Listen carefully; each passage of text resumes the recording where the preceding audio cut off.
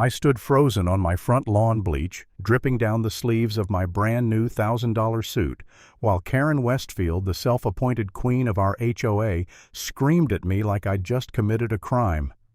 Neighbors hid behind curtains, peeking out as if watching a live disaster unfold.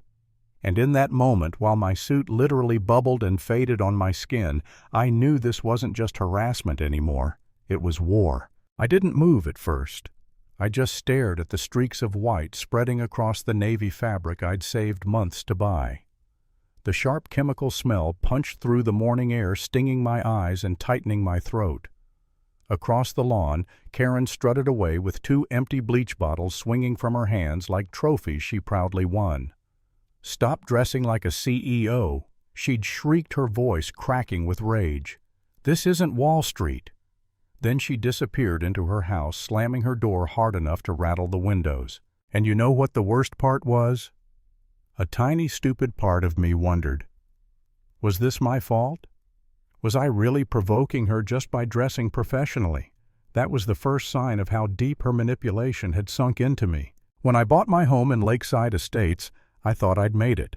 After years of grinding through 80-hour work weeks building my consulting business from scratch, pitch by pitch, contract by contract, I finally had the money to buy a place that felt stable, calm, a reward for all the sleepless nights. The neighborhood looked peaceful, almost too perfect. Trimmed lawns, pastel houses, trees lining both sides of the streets, kids riding scooters in the evenings, joggers at sunrise. The kind of suburb you'd see on a real estate brochure promising community and comfort. But perfection hides things, and underneath the clean sidewalks and polite smiles was one woman quietly ruling with an iron grip. Karen Westfield, HOA president, power-drunk tyrant, and apparently self-appointed fashion police. The first few weeks I only felt her eyes. She'd stand across the street every morning, coffee mug in hand, watching me walk to my car. Not casually, more like surveillance. Like she was waiting for me to make a wrong move. When I smiled at her, she just nodded, stiffly, eyes lingering too long on my suit, as though the sight offended her. One morning she approached me at the mailbox. And by approach I mean she materialized out of nowhere like a haunted HOA spirit. "You know," she said, showing just enough teeth to call it a smile, "most people around here dress casually. Your suits? They make it seem like you think you're better than everyone else." I laughed it off, thinking she was joking. "It's just work," I explained. "I meet with CEOs." Her face froze mid-smile like the word CEO was a personal insult. I didn't realize it then, but that was the moment she decided I was her enemy.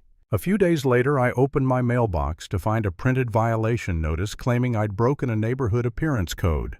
I checked the bylaws. There was no such rule. But that didn't stop the letters.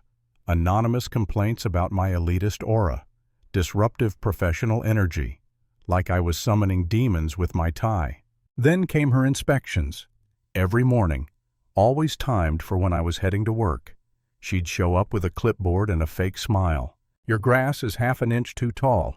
Your garbage can was visible for 15 minutes after pickup.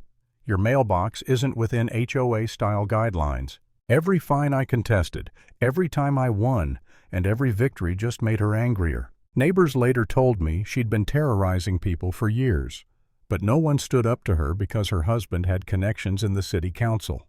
She wielded her HOA title like a crown worn too tightly. Then came the day things truly spiraled. I was backing out of my driveway when Karen stepped directly into the path of my car, forcing me to brake hard enough to make my seatbelt lock. "I'm sick of you parading around like you own this place," she snapped.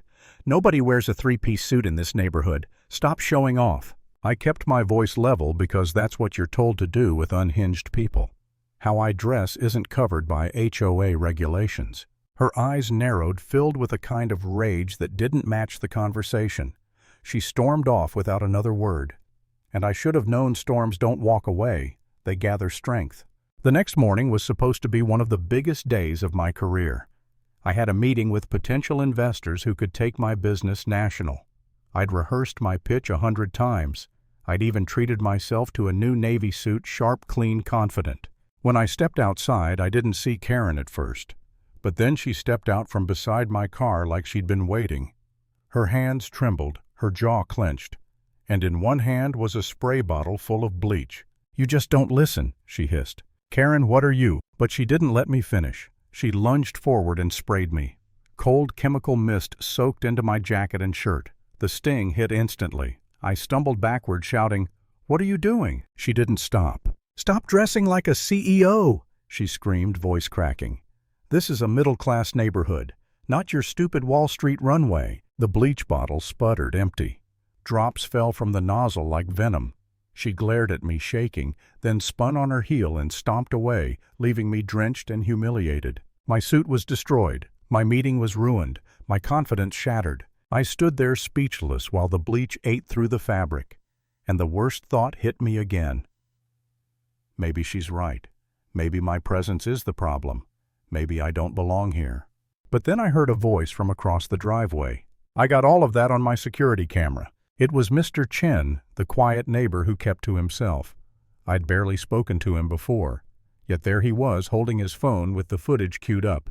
Crystal clear, every second captured. "She's gone too far," he said, shaking his head. Another neighbor stepped out, then another. 3 of them volunteered to give statements. Turns out I wasn't Karen's first target, just her boldest one. That was when something inside me snapped back into place. The humiliation burned, but so did a new sense of clarity. I took photos of my suit. I called the investors, explained everything, sent them the pictures. They were surprisingly supportive and agreed to reschedule. That alone gave me strength. Then I called the police. 2 officers arrived 20 minutes later. They watched the footage. One of them muttered, "That's assault." Their tone shifted instantly, professional, serious. They headed straight to Karen's house. I watched from my driveway as she argued through the window, her hands waving wildly, her face twisted with disbelief. I couldn't hear the words, but her outrage was obvious. The officers returned to me, shaking their heads. "She says she was helping remove a stain," one said dryly. I couldn't help the bitter laugh that slipped out. "You saw the video." "We did," he replied. "We believe you." And that was it. I filed charges: assault, property damage, harassment. The officers went back to her door. This time they didn't knock politely, they entered. Minutes later they walked her out in handcuffs. For the first time since I moved in, Lakeside Estates was silent. Watching. Processing. The queen of the HOA dragged out screaming that she was protecting neighborhood values while everyone else finally exhaled in relief. 3 weeks later I attended her court hearing. Karen sat at the defendant's table looking impossibly small. No clipboard. No bleach bottles, no power, just a woman stripped of her authority and excuses. The judge reviewed the footage and heard witness after witness, neighbors who'd been afraid to speak until now. Every justification she tried fell apart. Guilty on all counts, 6 months of probation, $1,500 restitution, 100 hours of community service, and a restraining order. But the final blow wasn't from the court.